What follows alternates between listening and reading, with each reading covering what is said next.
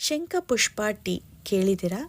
ಈ ಹೂವನ್ನ ಬಳಸ್ಕೊಂಡು ಟೀ ಮಾಡ್ಕೊಂಡಾದರೂ ಕುಡಿಬೋದು, ಅಥವಾ ರಾ ಆಗಿ ಹಾಗೆ ಡ್ರೈ ಮಾಡಿರುವಂಥದ್ದು ಆನ್ಲೈನಲ್ಲಿ ಸಿಗುತ್ತೆ, ಅಥವಾ ನೀವು ಕೂಡ ಮನೆ ಹತ್ರ ಬೆಳೀತಿದ್ರೆ ಒಣಗಿಸ್ಕೊಂಡು ಇಟ್ಕೋಬೋದು.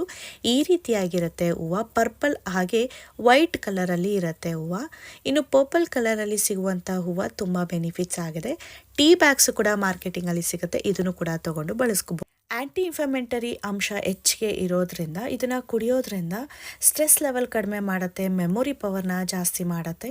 ಇನ್ನು ನಮ್ಮ ಸ್ಕಿನ್ನಲ್ಲಿ ಇರುವಂಥ ಡಾರ್ಕ್ ಸರ್ಕಲ್, ರಿಂಕಲ್ಸ್ನು ಕೂಡ ಕಡಿಮೆ ಮಾಡುತ್ತೆ. ಕೂದಲು ಸ್ಟ್ರೆಂತ್ ಇಲ್ಲ, ಹಾಗೆ ಕೂದಲು ಉದುರುತ್ತಿದೆ ಅಂದರೆ ಅದನ್ನು ಕೂಡ ಕಡಿಮೆ ಮಾಡೋಕ್ಕೆ ಶುರು ಮಾಡುತ್ತೆ.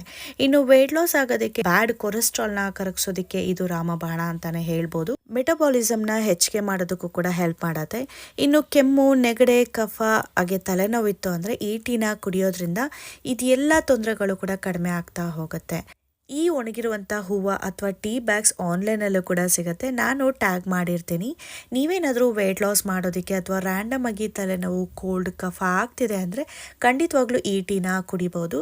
ಇನ್ನು ವಾರದಲ್ಲಿ 2 ದಿನ ಮಕ್ಳಿಗೂ ಕೂಡ ಕೊಟ್ಟರೆ ಮೆಮೊರಿ ಪವರ್ ಜಾಸ್ತಿ ಮಾಡುತ್ತೆ. ಬೇಕಂದರೆ ಇದನ್ನು ಪರ್ಚೇಸ್ ಮಾಡ್ಬೋದು.